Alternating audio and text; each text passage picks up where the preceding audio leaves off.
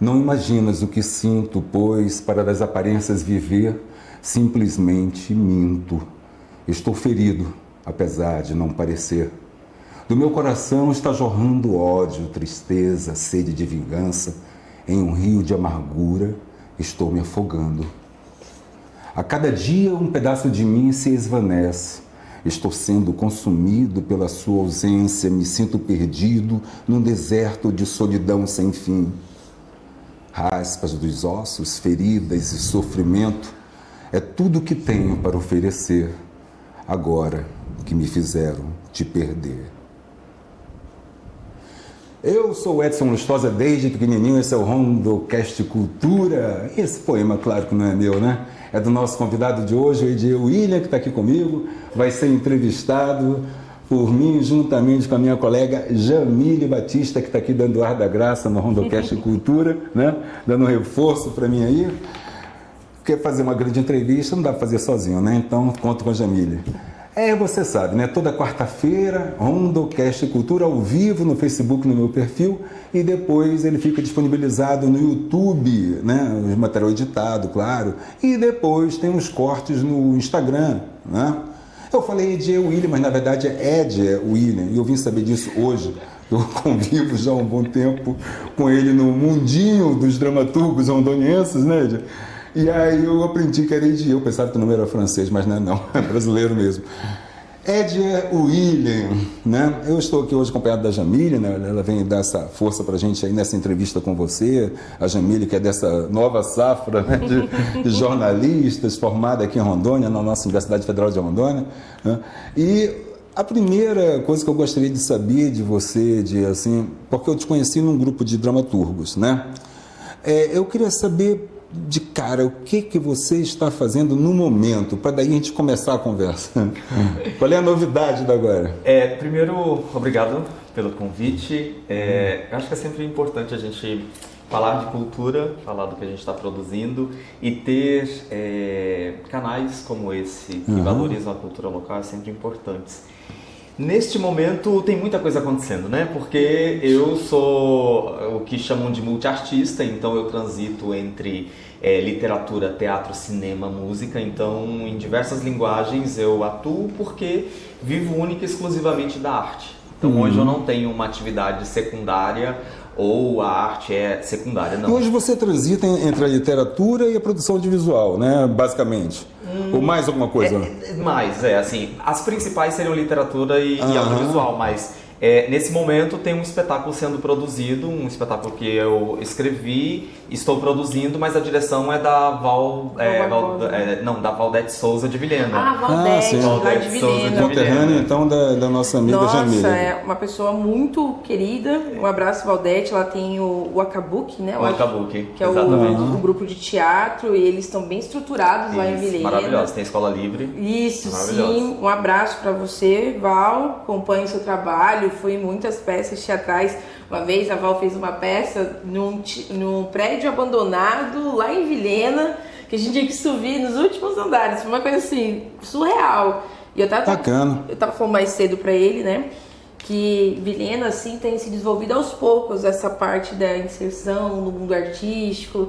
Tem cantores que também têm viajado, assim, a gente vai falar sobre isso também nesse mundo dos editais, né? Tem a Gabi Shima, que faz bastante sucesso lá, que tem já no seu segundo edital. Então, fico feliz de ver alguém daqui como você, que conhece alguém da minha terrinha. E essas trocas, né? E essas trocas, acho que num estado como o nosso, que é um estado relativamente com baixa produção artística, eu vou dizer relativamente, porque a gente acaba não tendo acesso e conhecimento do que há de produção. Porque quando você vai a fundo conhecer a produção do estado, há muita coisa sendo produzida.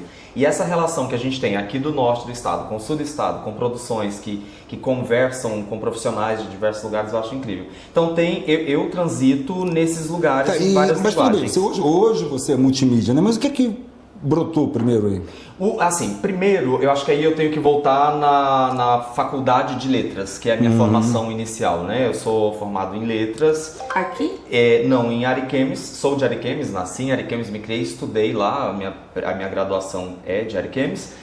E a época, eu fazia teatro, né? Assim, meu pé na arte foi primeiramente no teatro.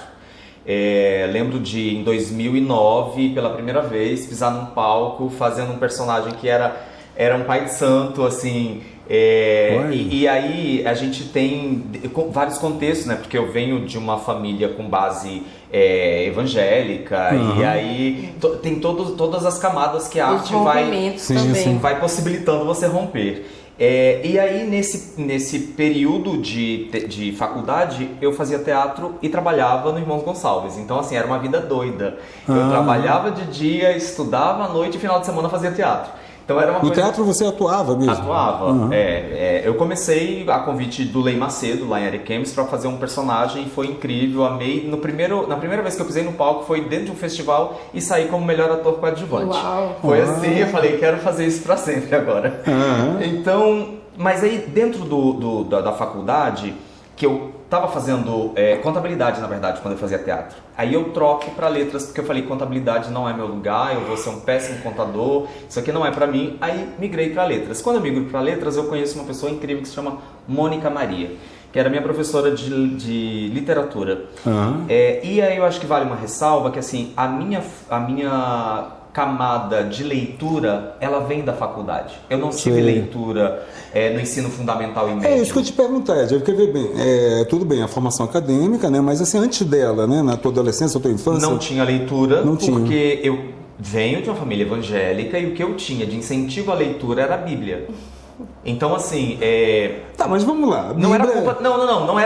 A Bíblia é importante para quem... Não, eu digo assim, literariamente mesmo, não tô falando religiosamente, não. Então, mas o ponto é a restrição de você só ter acesso a esse livro e não ter sabe acesso o que eu tô falando? Porque recentemente a gente fez um trabalho na área da música, né?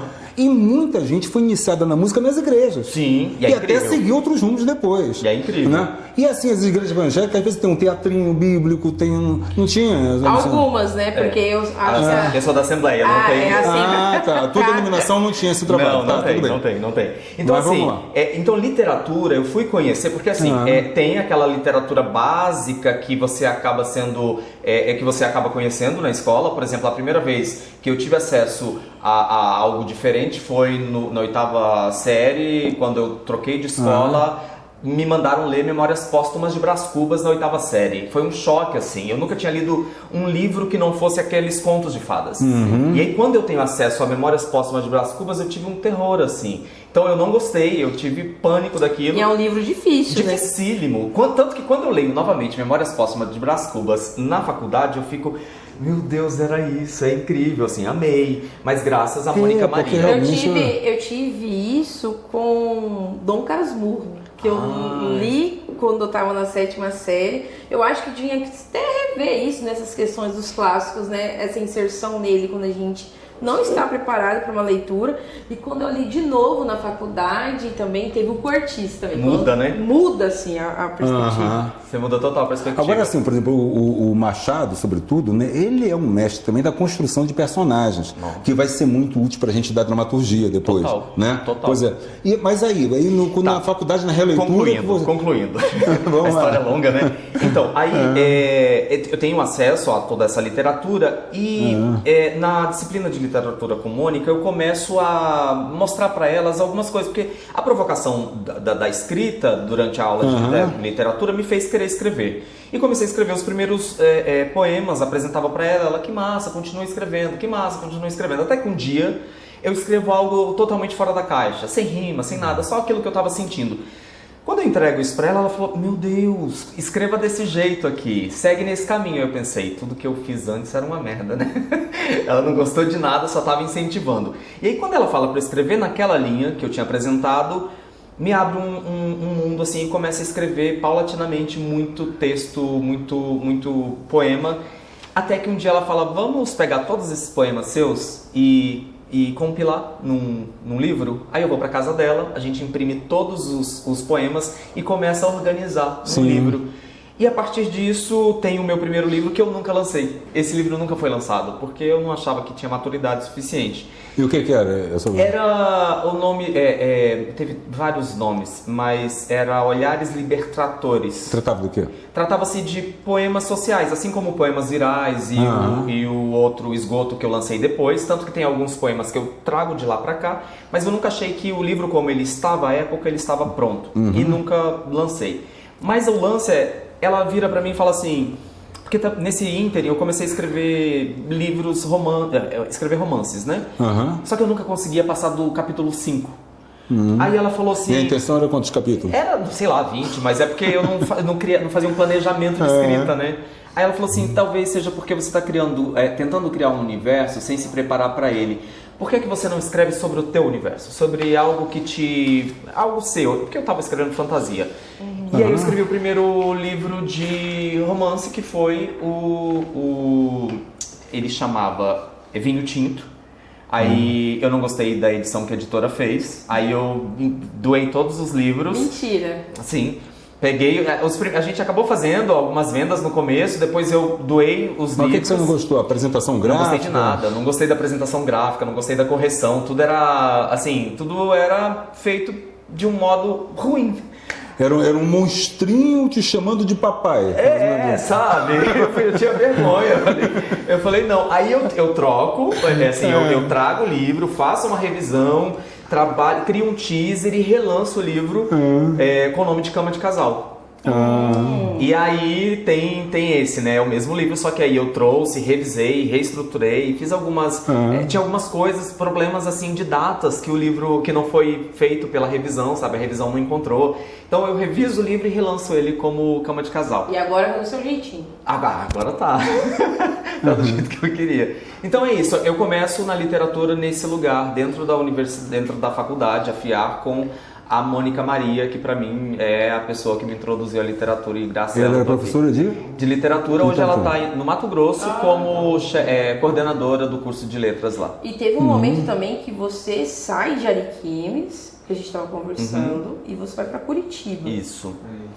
Então, isso acontece de 2012 para 2013 porque eu sempre tive a intenção de viver de arte, assim, sempre foi... meu objetivo de vida. Eu trabalhava no mercado formal, contudo, o mercado formal ele te exige um tempo, dedicação que te limita de você exercer o ofício artístico. E aí eu falei, bom, para eu fazer arte eu tenho que viver de arte.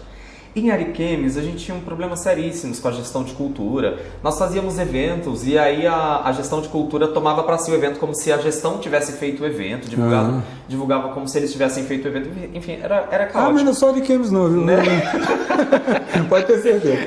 Aí eu falei assim, eu quero ir embora. Eu chamei um amigo meu, que é o Jeff Soares, que está em Ariquemes, que foi comigo e também voltou para Rondônia. Falei, Jeff, vamos embora, vamos ir para algum lugar para estudar, para aprender, viver de arte. Ele falou, mas para onde? Eu falei, não sei, mas vamos nos programar para daqui a um ano a gente ir embora. E aí a gente se programou, a gente estudou, pesquisou sobre Curitiba, Curitiba, Minas Gerais, Belo Horizonte ou as cidades históricas, São Paulo e Rio de Janeiro. Eram as 4 opções que nós tínhamos. Cogitamos ir também para o Nordeste, mas por aquele apelo de Sudeste e Sul, a gente colocou essas opções na mesa.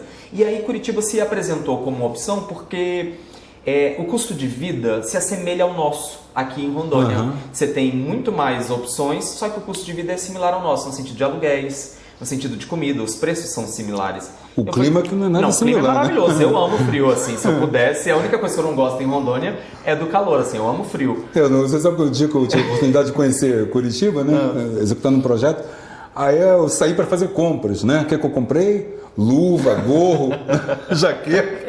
Maravilhoso. Bem rondoniense assim, fugindo do frio.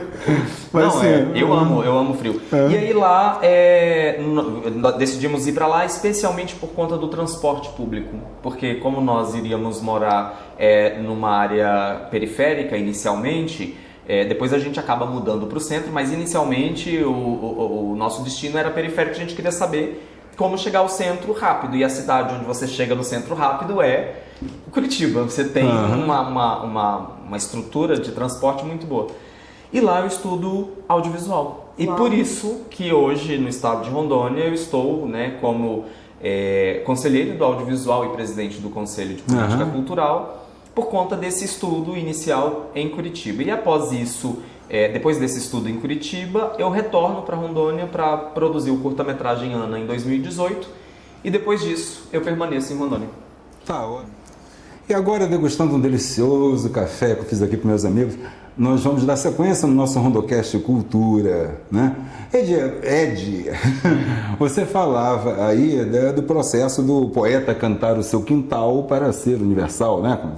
E aí eu te pergunto, como é que você concilia esse lado, né, assim, vamos dizer, mais intimista, né, com a própria universalidade que a arte exige? Como é que você trabalha isso?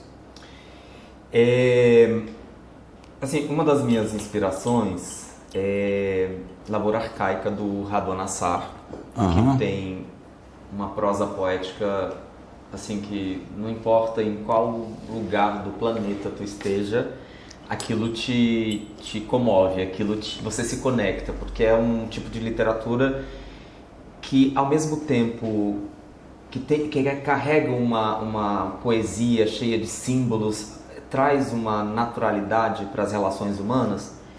E aí, os meus textos, geralmente, eles são muito carregados desse lugar da vivência humana, de perpassar as relações. Então, independente de a história do que eu escreva se passar aqui na beira do Rio Madeira, ou se passar, sei lá, no centro de Ariquemes, no mercado, ou onde quer que seja o cenário que essa história se situe, o que de algum modo conecta com o leitor é a vivência daquele personagem. Então, essa universalização vem da própria relação do personagem com a história e essa intersecção que a gente cria entre o autor e o leitor, né? Porque o nosso personagem, a nossa história é o que conecta o leitor com aquilo que eu penso. Porque seria hipócrita da nossa parte, enquanto quem escreve, dizer que escreve para nós mesmos. Não, eu não escrevo para mim mesmo, eu escrevo para que outras pessoas leiam o que eu escrevo. E para que ela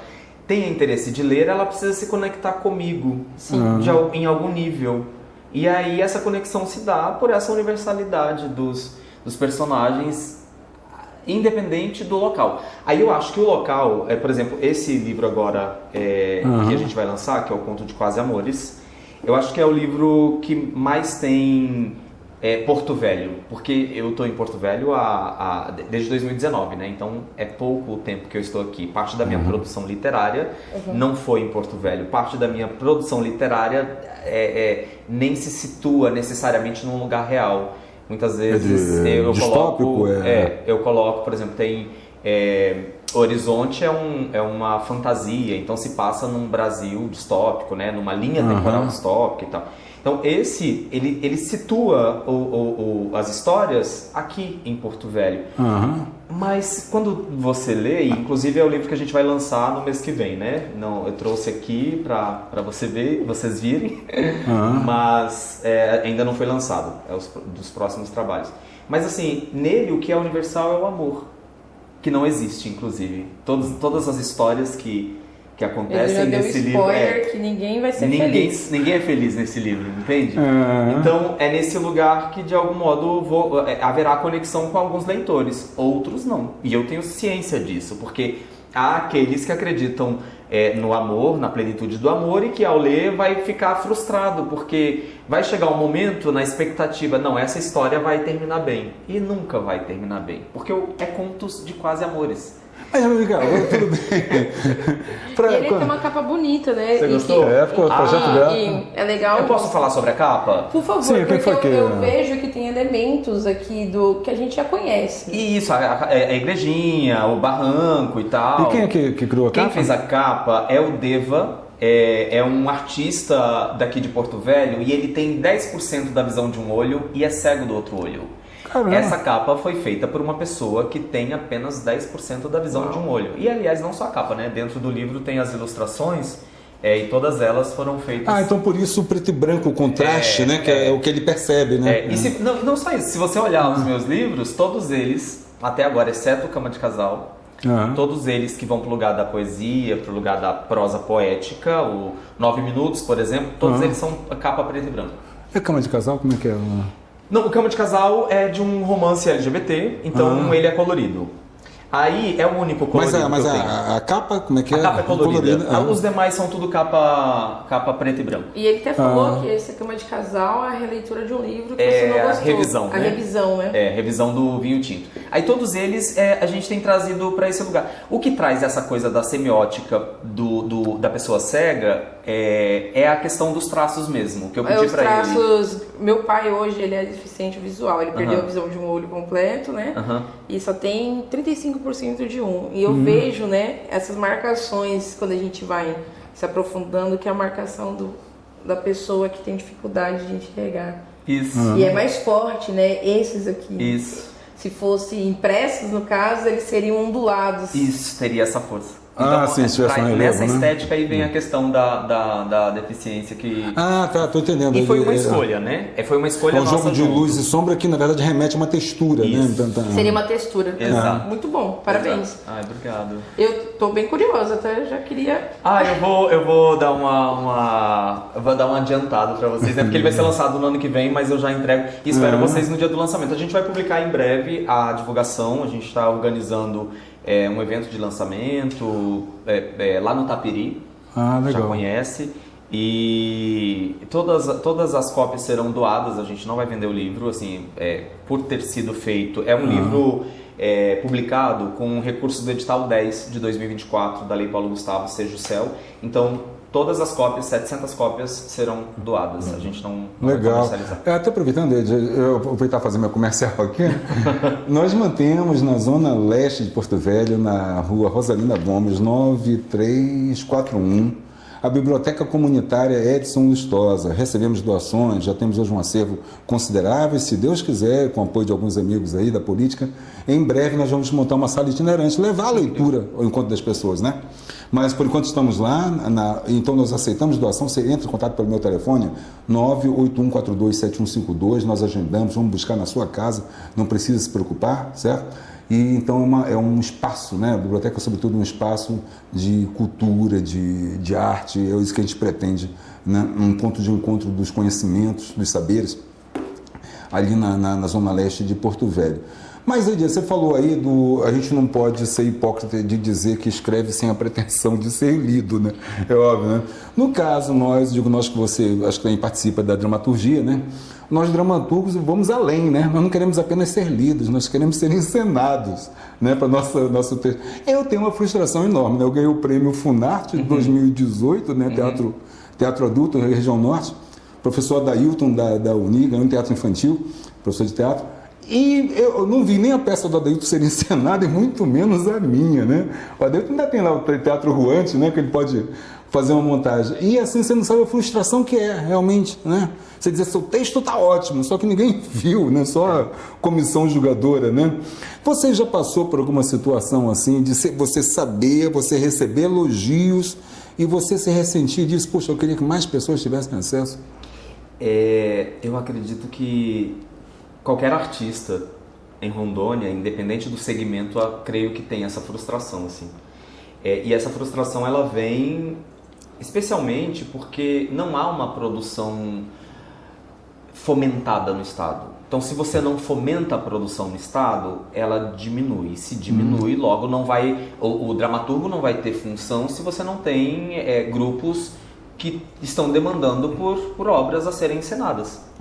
Como é que você vai ter uma vazão para a produção dramatúrgica se não há grupos sendo fomentados para que hajam espetáculos produzidos e esses grupos estejam em busca de novos textos? Sim, sim. Então, quando você olha para o estado de Rondônia, e assim, eu sou muito chateado com os governos que passam por Rondônia, porque o descaso com a cultura ele é tão visível.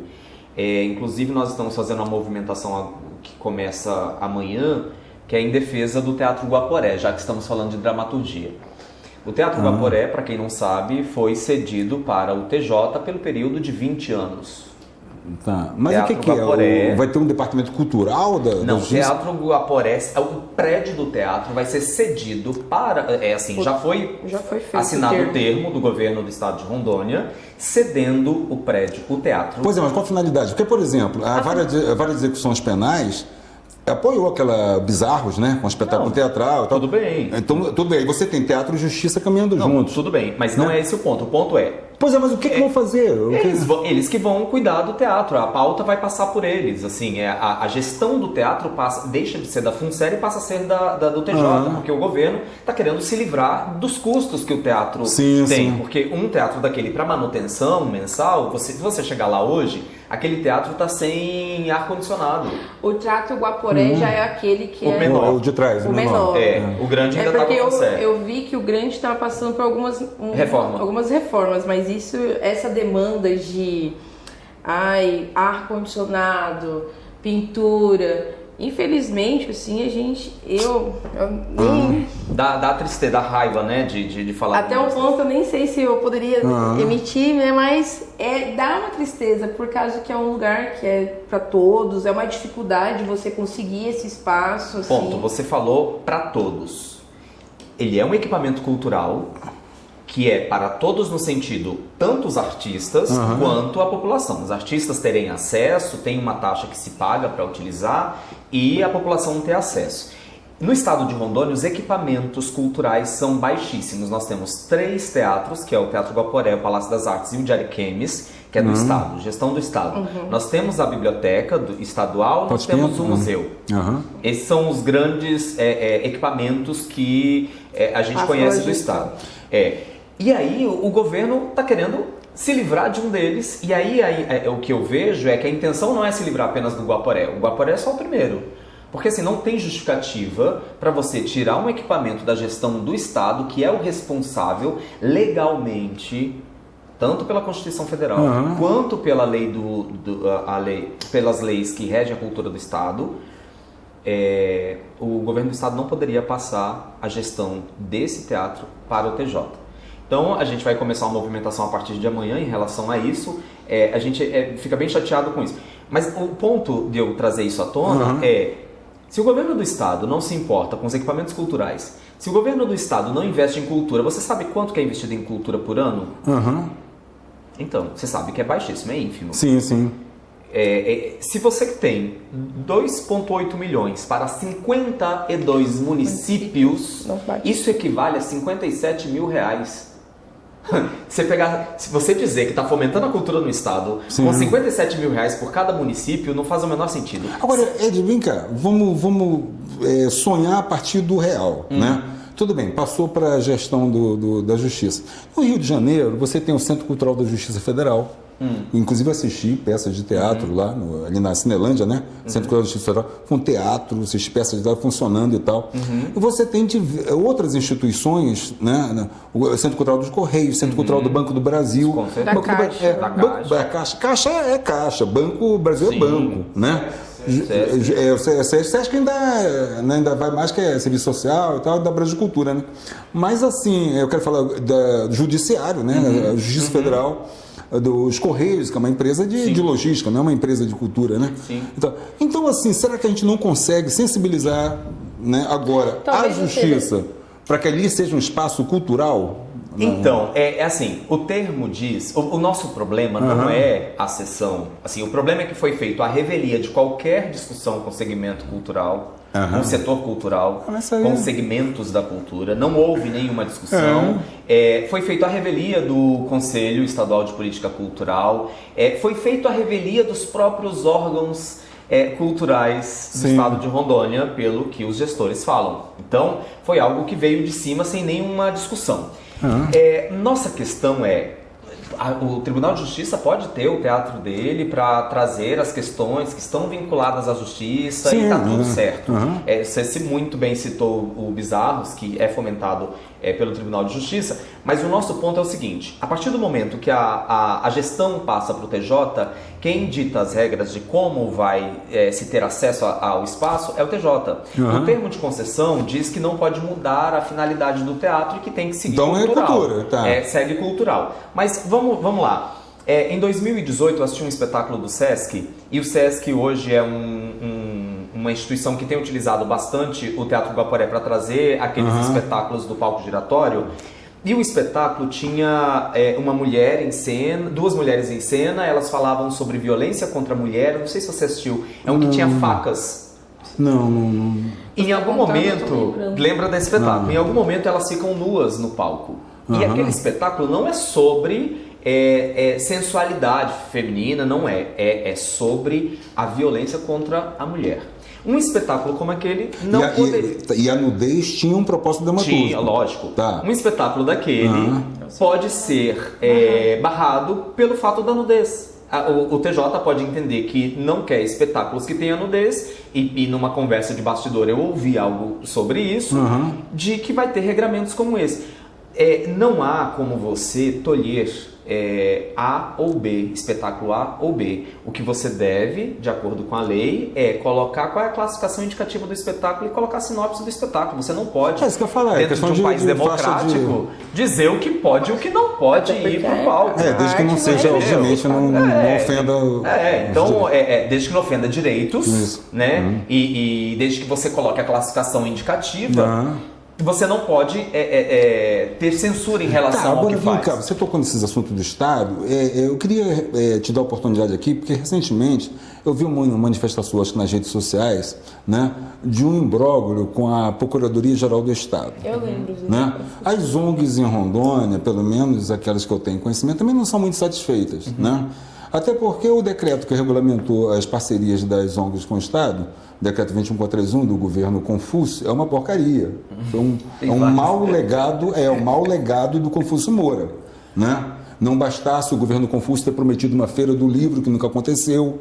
Né? Tem que lembrar essas coisas, porque às vezes as pessoas elogiam. Ontem estava aqui o Cid Orleans elogiando o que o Confúcio faz pela saúde. Eu acho que da mesma forma que eu abro espaço para falar dos acertos dele, eu tenho que falar dos erros. Né? Então, assim, na área da cultura, na área da educação, me lembro um secretário de educação que anunciou uma feira do livro que nunca aconteceu, e outras coisinhas mais. Na área do terceiro setor, esse decreto 2431 é uma porcaria. O governador legislou quando não poderia. Decreto não é para legislar, é para regulamentar. Quem legisla nesse tipo de matéria, né, é o executivo, sim, mas tem que aprovar pelo legislativo. É uma atribuição atípica do executivo legislar, porque diz respeito ao funcionamento da máquina administrativa, mas tem que passar pelo legislativo. E só para você ter uma ideia, esse decreto ele inverte um raciocínio, que a Lei 13.019 ela fala que a ONG deve ter experiências na área dentro dos últimos 2 anos. Então, os 2 anos é o prazo máximo, ou seja, se a sua experiência for antiga, ela já caducou, ela não te habilita mais. E eles colocaram no decreto o contrário, que você tem que demonstrar que há pelo menos 2 anos. E é exatamente o raciocínio inverso. A minha experiência tem que ser recente para provar que eu estou atuando. Né? Não é questão de um portfólio, tendo que eu fazia 10 anos atrás. Esse é um dos embaraços. Né? Mas tudo bem. Mas eu achei muito corajoso da sua parte, né?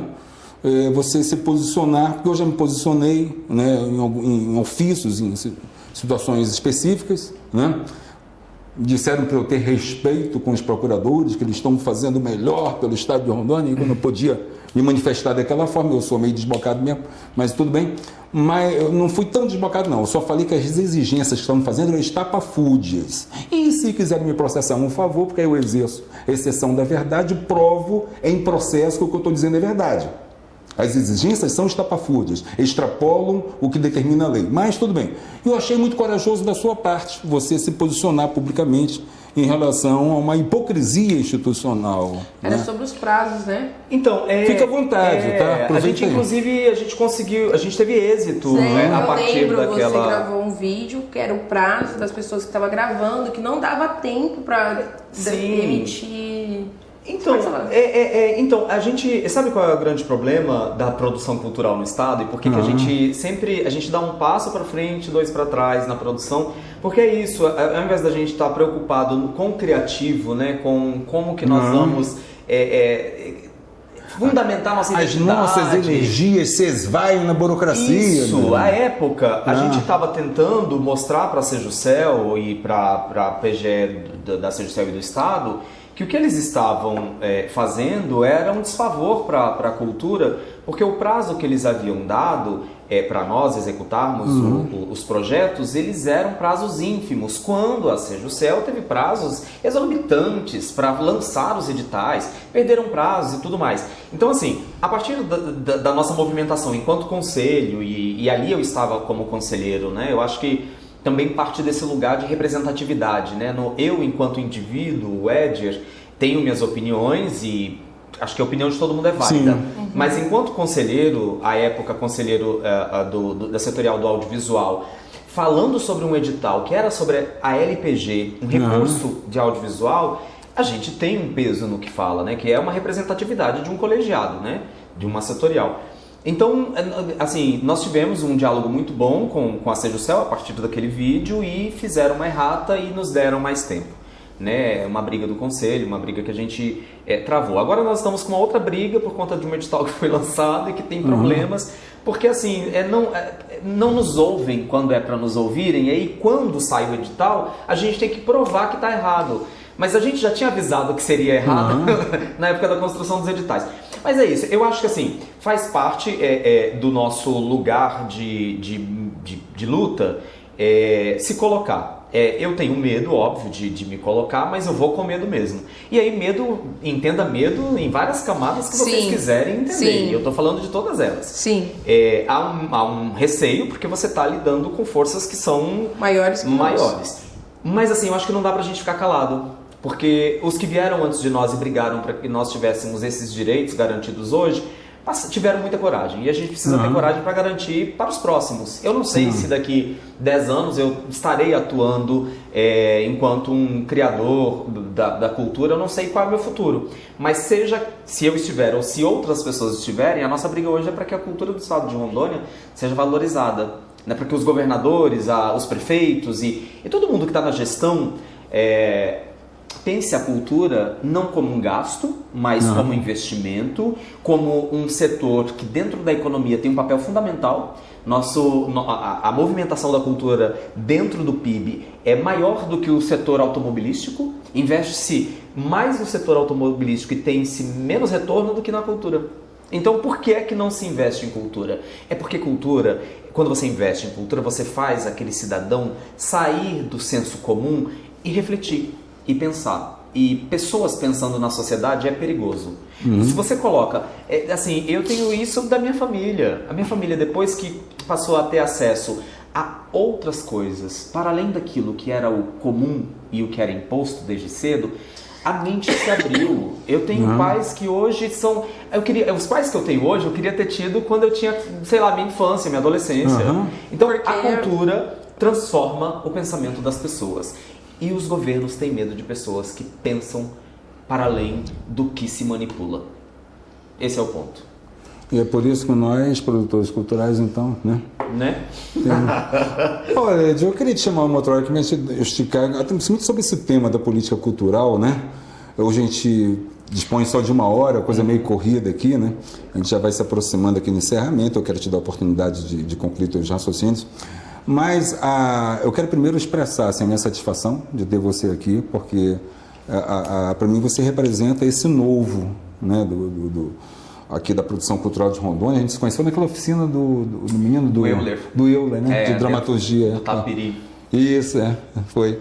Então, eu já tenho uns 9 anos aqui, eu acho que 2017, 18, por aí. Foi 2019. 19? Então já tenho uns 7 anos.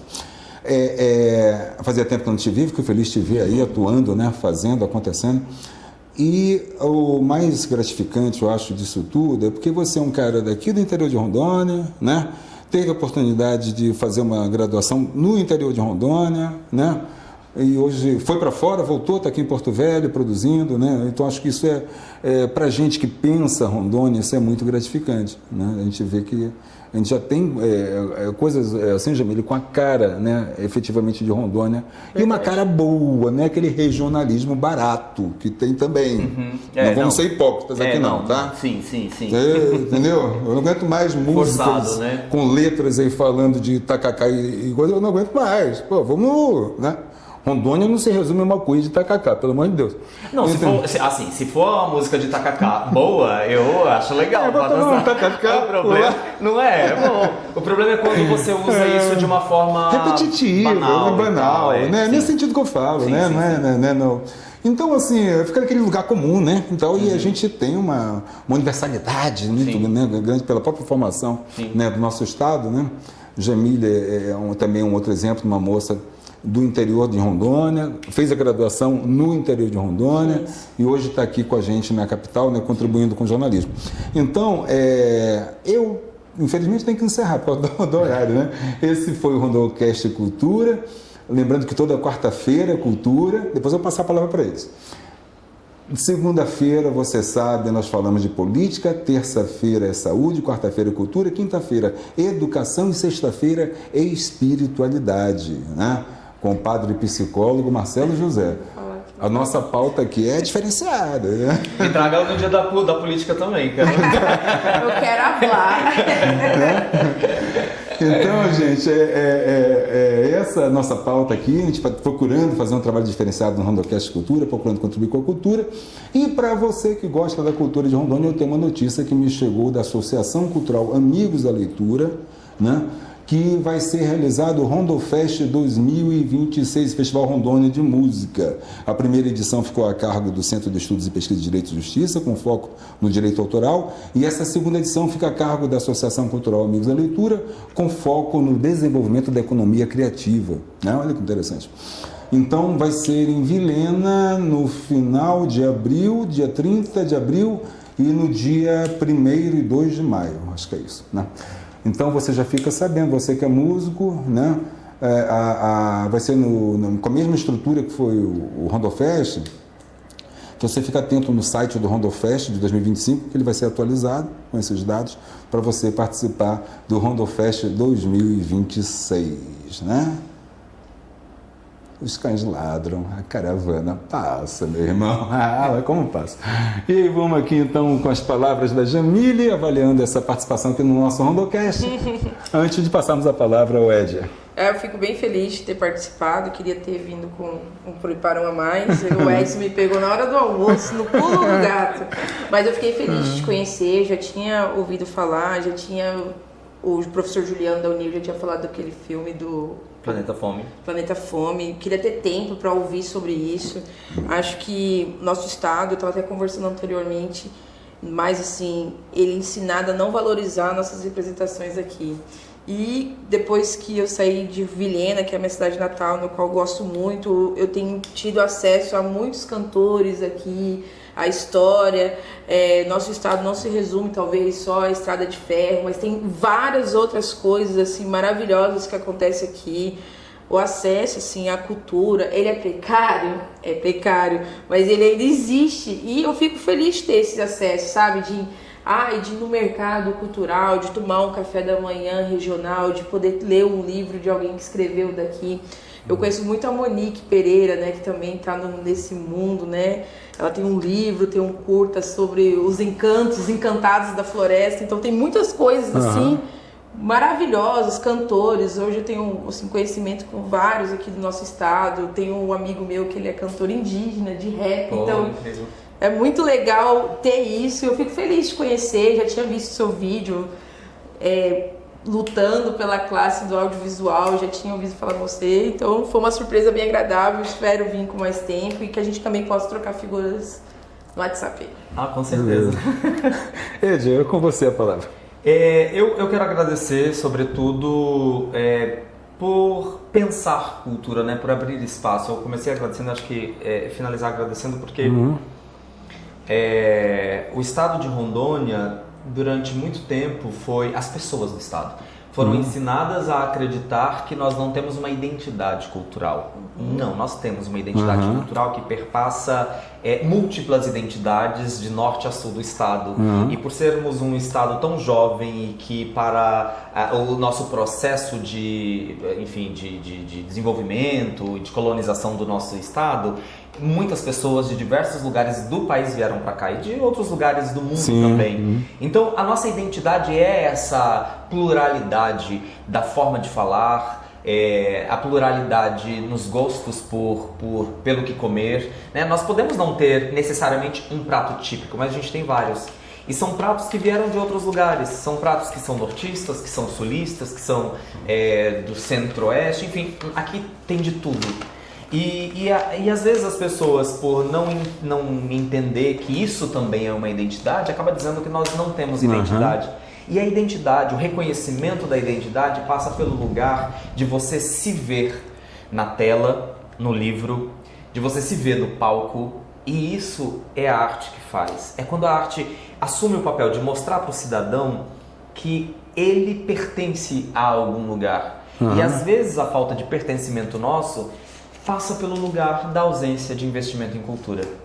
E eu, como um artista que transita pelas linguagens e que milita pela cultura e que trabalha, ontem eu passei o dia inteiro trabalhando no Conselho, e o Conselho é um trabalho voluntário, é um trabalho que você não recebe por ele.